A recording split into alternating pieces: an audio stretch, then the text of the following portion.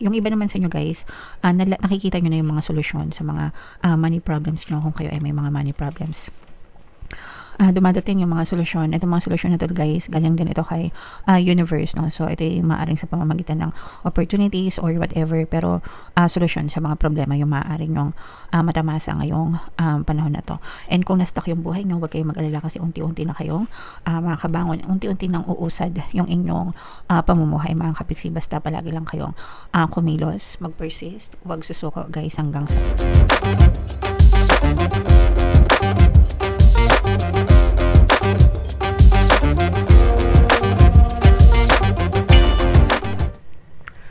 Hello guys, hello Capricorn, welcome back to Pinoy Pixie Tarot. Ang pamagat ng episode natin for tonight is full moon kapalaran guys para ngayong November to December para sa Capricorn, Sun, Moon, Rising sign and Venus. Yung ating full moon guys ngayong November ay sa November 5, tapos yung next na full moon natin ay sa December 4 mga kapiksi. So ang reading na to ay para sa period na yan.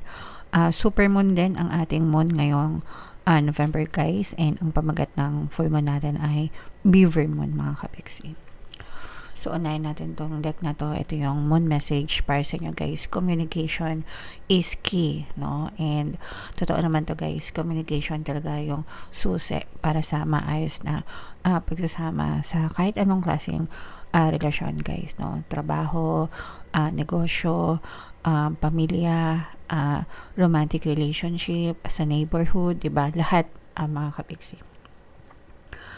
Kailangan natin magkaroon ng maayos na communication with other people para walang gulo, walang gusot, and para nasisettle din yung mga issues or whatever guys. Okay, so don't be afraid to speak your mind, and kailangan ready rin kayo guys na makinig sa mga sinasabi ng ibang tao sa inyong Capricorn. Okay? Alright. So, attune to the moon, write a list of all the people you love most and see if you're prioritizing them. So, sa cellphone natin guys, diba, may mga contacts tayo sa social media, ganyan. Isa-isahin nyo guys, and tingnan nyo kung binibigyan nyo ng enough na importansya, no, yung mga taong mahal nyo sa buhay. Especially yung mga pamilya nyo, mga kapiksi, diba? Mga pamilya, and then yung mga close friends. And if feeling mo parang hindi mo na sila nabibigyan ng panahon or attention, di ba? Talk to them, text them, DM them, di ba? So, ping nyo sila. And yung simpleng kumusta lang guys, marami na yung maganda na yung naidudulot ng sa ibang tao. Additional meanings for this card. Time to tell someone how you feel. Kung ano talaga yung nararamdaman nyo guys, iparamdam nyo sa kanila, sabihin nyo ng malinaw, no? Sabihin nyo ng malinaw para malinaw. Para walang hulaan, walang guessing game. Don't be all in your head and not in your heart. So dapat dapat balanse guys. Yung puso at saka yung isip mga kapiksi, palagi yan, no? Walang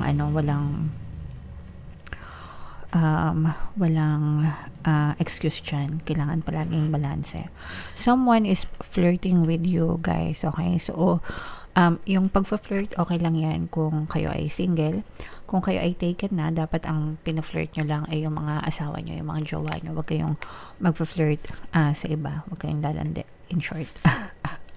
Kung ayaw nyo masira yung mundo nyo, mga kapiksi. Okay?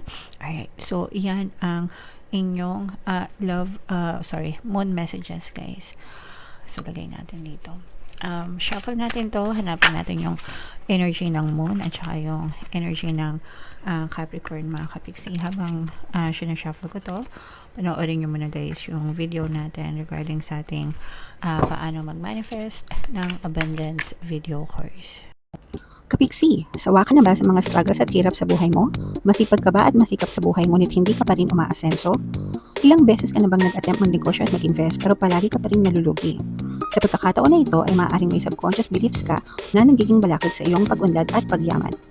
Introducing, paano mag-manifest ng abundance video course. Dito ay matututunan mong ma-overcome ang mga balakid mo para tuluyan ka ng umunlad, umasenso, sumagana, maging matagumpay, successful at maswerte sa iyong kabuhayan, pera, trabaho, negosyo, salapi at kaperahan ng bonggang-bongga. Dali, mag-send na ng email sa pinoypixitarot@gmail.com at simulan na ang iyong pagyaman ngayon. Alright, so sa lahat ng gusto mag-avail ng course guys, naka-flash sa screen nyo. Una man tayong paano mag-manifest ng abundance video course, paano mawala ang third party at magkaroon ng harmonious na relationship, and paano pabalikin si ex-revised breakup. Sa mga interesado guys, mag-send lang kayo ng email sa pinoypixitarot@gmail.com. And sa mga naghahanap ng pampaswerte guys, Aventurin tsaka si Tring yung recommended ko, may makita kayong link sa description box. So Capricorn guys, kayo and your percent ng King of Pents, ito yung ating moon energy, dito na lang natin ilagay para nakikita nyo. So, latag natin yung spread nyo. And kung hindi nyo pa napapanood yung ating 2026 pick a card kapalaran guys, pandala kayo sa homepage natin mga kapiksi. Nandun yung reading nyo. So, this is both negative and positive. Meron ditong presence ng fire sign, Aries, Leo, Sagittarius. For some of you, maaring may fire element kayo sa inyong natal chart, or you may be dealing with another fire sign mga kapiksi. So, yung nakikita natin na negative dito guys is meron kayong konting stress na pinagdadaanan. Pwedeng sa trabaho or pwedeng sa pera, mga kapiksi. Ito, lalo na kung meron ng hiram sa inyo ng pera guys, tapos ayaw magbayad. Yung pinapahirapan kayo magbayad. At saka guys, mag-ingat kayo dun sa mga nakikisuyo na gawin kayong mga guarantor, no? Yung mga nangungutang, di ba minsan ganun? Kailangan nilang mangutang, tapos kailangan nila ng guarantor. Yung guarantor, sila yung nag-guarantee na kapag hindi nabayaran yung utang, kayo yung magbabayad ng utang para sa kanila. Maaari kayong matakasan if in case na nangyari yan, mga kapiksi. Okay? Kasi wala kayong habol kapag nag-guarantor kayo. So, make sure na mag-ingat kayo sa mga ganong klase ng mga transaction na pinapasok, kasi baka yan yung magpasakit ng ulo sa inyo ngayong season na to. Maaari kayong matakbuhan guys, okay? On the good side naman, ito yung mga success mga kapisi. For some of you, kung kayo ay nagkakaroon ng problema sa pera, meron tutulong sa inyo, helping hands ito mga kapiksi, no? Meron tutulong sa inyo na una, makapaghanap ng trabaho, lalo na kung naghahanap kayo or nag-a-apply kayo, naghahanap kayo ng mapagkakakitaan. Meron tutulong sa inyo guys para makapasok kayo sa trabaho, or mabigyan kayo ng trabaho, or mabigyan kayo ng mapagkakakitaan. Yung iba naman sa inyo guys, literal na maaari kayong makatanggap ng mga financial help, no? Financial help, ibig sabihin may magbigay sa inyo ng pera, parang ayuda, ganyan. So, may mga taong tutulong sa inyo sa paligid nyo mga kapiksi. Yung iba naman sa inyo guys, nakikita nyo na yung mga solusyon sa mga money problems nyo, kung kayo ay may mga money problems. Dumadating yung mga solusyon. Itong mga solusyon na to guys, galing din ito kay universe, no? So, ito ay maaaring sa pamamagitan ng opportunities or whatever, pero solusyon sa mga problema yung maaaring nyong matamasa ngayong panahon na to. And kung na-stuck yung buhay nyo, huwag kayong mag-alala, kasi unti-unti na kayong makakabangon, unti-unti nang uusad yung inyong pamumuhay mga kapiksi. Basta palagi lang kayong kumilos, mag-persist, huwag susuko guys hanggang sa hindi nyo nalalampasan yung mga problema nyo guys, okay? So, i-main-main nyo na yan, mga tulong, mga kapiksi, tulong from the universe, tulong sa mga kaibigan, mga mapagkakakitaan, yan. Movement, progress, yan. So, i-main-main nyo na sa comment section. Guys, eto guys, maaari kayong matakbuhan, maaari kayong maloko. So, ito ibabala, Capricorn. Yun nga yung sinasabi ko sa inyo kanina, na baka may mangutang sa inyo, tapos mag-guarantor kayo, guys. So, yun yung first case. Yung second case naman, or yung ibang kaso, kayo mismo yung uutangan, tapos kayo yung hindi babayaran. Matakbuhan kayo sa pera, mga kapiksi. And, another scenario, guys, is for some of you, maaring pagnakawan kayo. Betray, saksakin patalikod, pagnakawan. Parang yung nangyari kay na Miss Rosmar, di ba? So, yung mga taong pinagkakatiwalaan nila, sila yung nagnakaw sa kanila. So, for some of you guys, maaari din kayong maka-experience nun. Kaya, palagi kayong mag-ingat guys sa mga taong pinagkakatiwalaan nyo sa pera. Okay?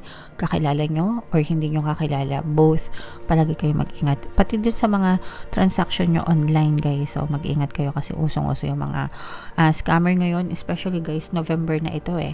So, November, December, maraming pera yung mga tao and marami ding scammers. Okay?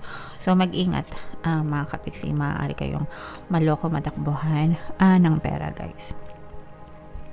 May mga balita, no? May mga, for some of you, eto guys, yun, sinasabi ko sa inyo, maaari kayong ma-knockdown sa mga problema nyo sa pera guys. Kaya mag-ingat kayo. For some of you guys, ito yung mga socialization, maaari kayong magkaroon ng, parang merong magpaparamdam sa inyo from the past, mga kapiksi. And pwedeng meron din magparamdam na parang magbalik ba. Magpahaging ganyan. Pero hindi lang ito sa romantic relationship. Pwede yung mga dati yung kakilala. Reunion guys, no? Kasi uso yan ngayon. So, maaari kayo magkaroon ng reunion. Dun sa mga long lost friends, yung mga dating yung kakilala, mga dating kaklase, ganyan. Mga dating kasamaan sa trabaho o kaya mga pinsan nyo na matagal nyo nang hindi nakasama, nang kausap yan. So, maaari kayo magkaroon ng connection or reconnection with those people. So, samantalahin nyo yung bonding guys, no? And make a very good connection. Sabi nga dito guys, communication is key, no? Malay nyo itong, kasi nakakaramdam ako ng some kind of good news sa inyo, Capricorn, no? So, maaaring may good news na matanggap din kayo sa kahit ano guys, pwedeng sa trabaho, sa pag-ibig, or whatever, depende, iba-iba kayo ng sitwasyon. Pero merong good news na dadating sa inyo, Capricorn. So, i-look forward nyo iyon, mga Capixi. Alright? Okay, so, yeah. Comment down below, guys. If feeling nyo naka-resonate kayo, ito guys, i-mind nyo itong mga tagumpay na to, itong mga tulong, no? Yung lahat ng mga magagandang nasabi ko kanina, guys, i-mind nyo na sa comment section. And ito yung ating 2026 kapalaran guys. Panoorin nyo na. Ito naman yung ating success stories ng paano mag-manifest ng abundance with your course. Click here to subscribe guys. Thank you for liking, sharing, and subscribing. See you next time. I love you all. Have a nice day. Bye-bye.